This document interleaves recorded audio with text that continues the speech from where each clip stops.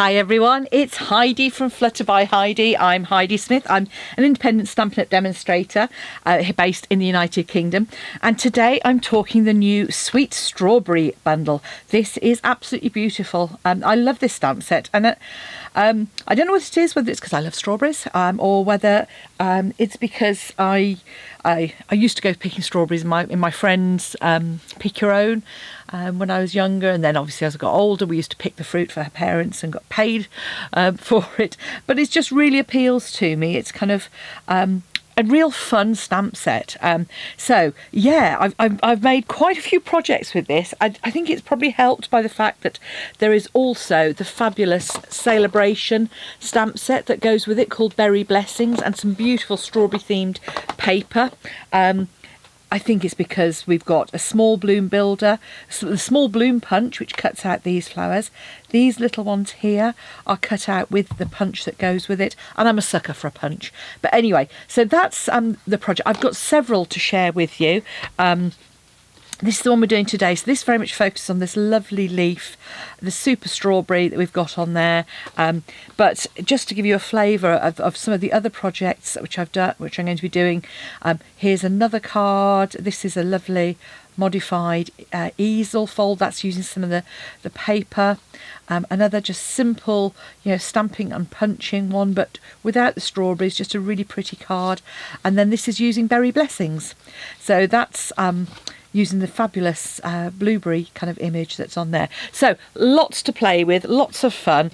So let's get started. Okay, so we're starting with a standard 10th-fold card base. So 5 3/4 by 5 3/4 by 8 1/4, scored at 4 1/8, or 21 by 14.5, scored at 10.5. So, and that's using thick Whisper White or thick basic white cardstock, that will soon be available.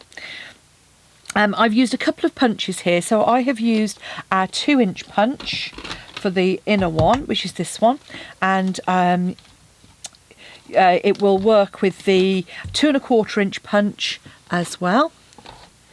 So you get that nice kind of layering. Or if you have got a die cutting machine, then obviously that would work with that as well. And all the rest of the cutting out is actually done by the strawberry builder punch. So start off with then these images are lovely. You've got both an outline and an infill. So there's our outline for our strawberry and our infill. You can see already well stained, well loved, covered in ink. Usual. Photopolymer will stain, and you don't need to worry about it.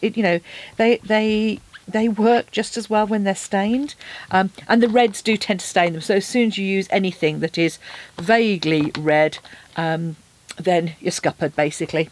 And I'm using the small flower that comes in this. And what I love about this particular stamp set is it's great if you don't want to do colouring. Colouring is lovely. I quite like a bit of mindful colouring at times, but you don't always want to be colouring, or I don't. So I think it's great when Stampin' Up provides us with stamp sets that include the opportunity to just colour by stamping. And what you get is that lovely, all that sort of lovely detail is provided by the stamp.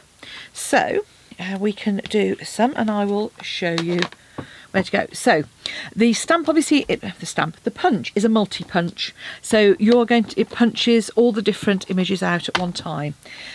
Now, what I tend to do is with these, rather than trying to line them up, because I would want to do those in different colours, I tend to use strips of cardstock. And what I will do is I'll be writing on here what those dimensions happen to be. So, for example, on the strawberry one itself is about 1.5 inches. So I would have 1.5 inch strip, perhaps just slightly more, whereas the leaf is about 1.25 inches, and the flower is about 3/4 inch, and about 1 inch for this one. So those are just sort of useful bits and pieces to do. That helps you minimise any cardstock wastage, because what you don't want to be doing is punching and having loads of scrappy bits of card left over. So I'm going to do a strip of about So about 3/4 of an inch to do those flowers. So I will stamp those and then we'll punch those out. And then I'll do, I say about sort of just over an inch. So for our strawberries. And I'll probably use the same for about just an inch bit for the leaves. And I'll show you what I mean, because I'm probably just rattling on and making absolutely no sense whatsoever. Colours. Right, so colours I've used, I have gone for the colours that go with the celebration paper that go with this. So I have gone with, this is Poppy Parade, this is Granny Apple Green, and this is also Poppy Parade. And that's why I said about seeing the difference that the distinctive stamp makes. Whenever you do stamping on a strip, it's always worth, if you're going to punch it, being aware of which orientation it is. So I'm going to be putting my strawberry in this way. And what I tend to do, I tend to do the outline first. So outline image. Then just hover and stamp, and then that will feed in. And you just need to leave a bit more of a gap because you've got that flower coming in. So you can see there, and that will punch the sort of part of the flower out. So there's my strawberry. And so I would then come in and do my next one. And then what I usually do is just kind of keep an eye on what distance that is. And by the time I'd done a few cards, I did find I was able to kind of just judge it quite easily, and just left that, you can see that kind of gap there on the strip, so that I wasn't wasting too much card. So I've got a couple of strawberries done there, and you can see how easy that was to line up. Let's do the same with our flowers. So again, the flowers outline. Now these are really easy because you can come in from this side and feed those through. So if you come in from the left and just punch, and you'll get all of those flowers without any difficulty.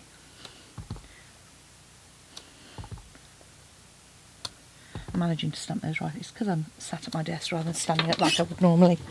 And then just come in and you just hover above. And as I say, you can see that even though I haven't stamped off, I'm getting that lovely textured image on those flowers.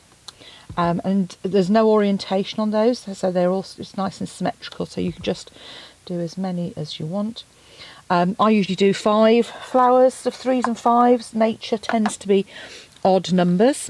And that's my real red to one side for the moment. Although actually I might as well do my sentiment while I've got the real red out, and I can pop it away. So all we're doing here is just inking that up, popping that away, 2-inch circle punch, and I very much put that down towards the bottom of my punch because obviously I wanted to leave space at the top to have my strawberry on the top. And then just grab my scrap of real red, it's not real red at all, it's Poppy Parade. And you can see I've just used that for various punchings for those various cards.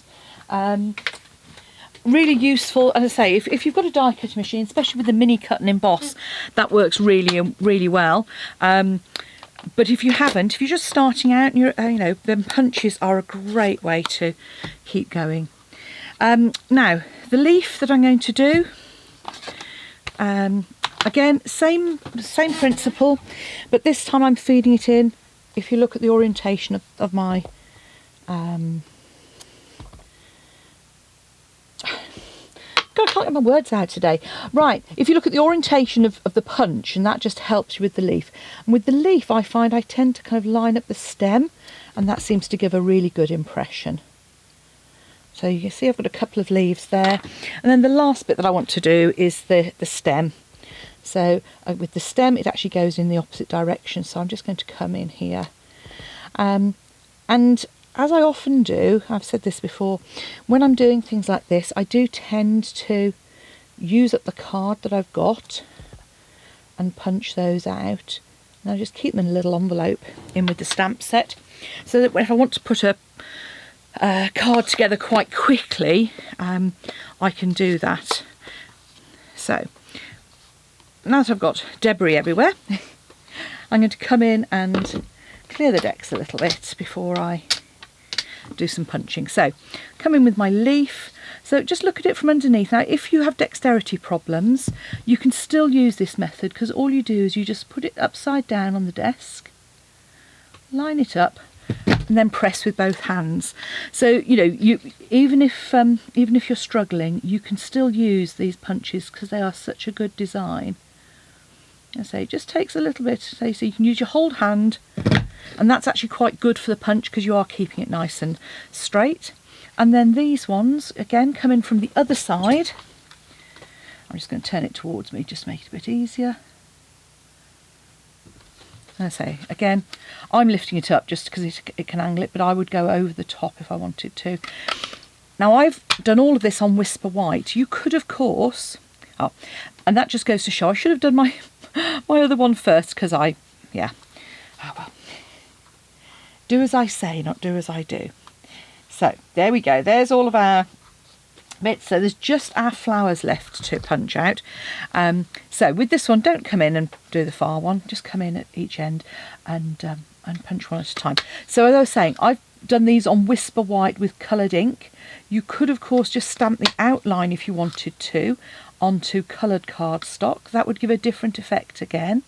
I just rather like, well, yeah, I love the effect of this with that detail. So it's almost like sort of cross hatching.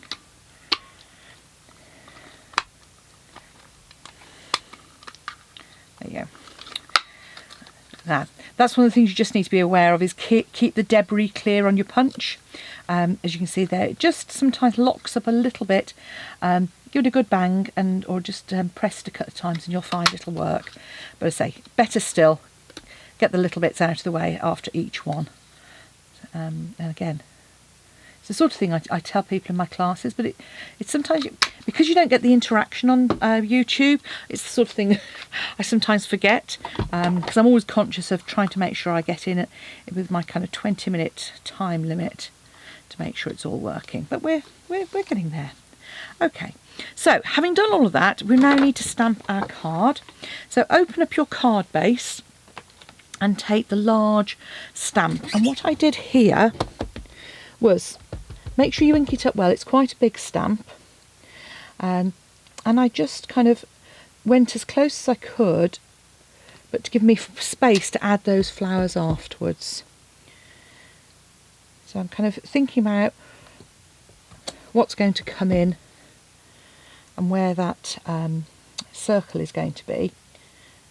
So I can just, you'll see, come in there and then tuck that in. There we go. So each one's slightly different. I don't do identical.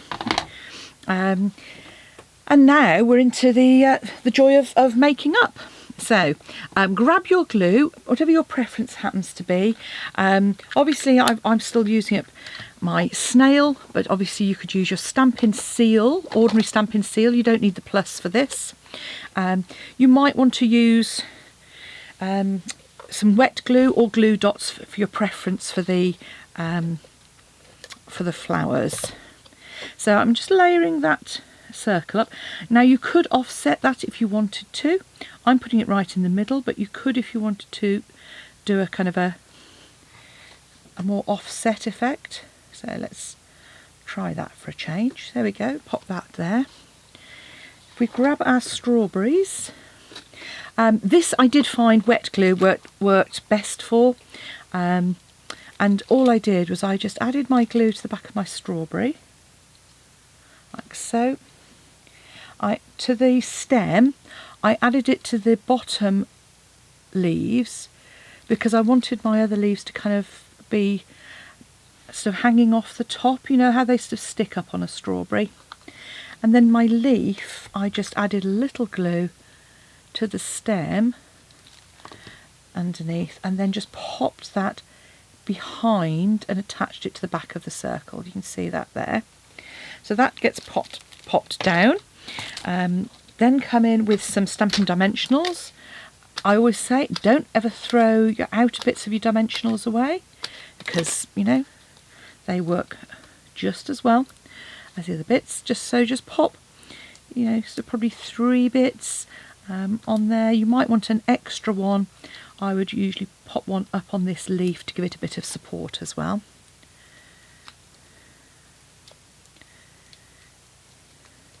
And take the backings off those, and then you can add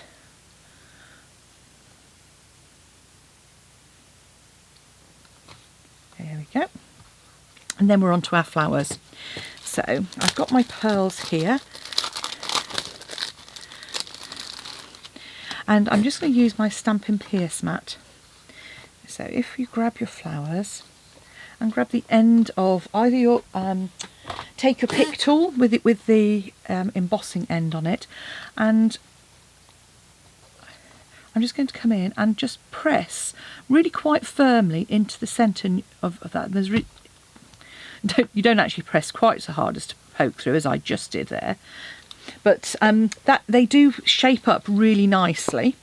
And then obviously I'm just going to use my putty, squeeze some out there, and with the putty squeeze it till it comes out and then release the pressure, and then you find that should work well. And then all I do is just add a pearl to the centre of each of those. 5 is probably going to be about right, I think. Let's have a look.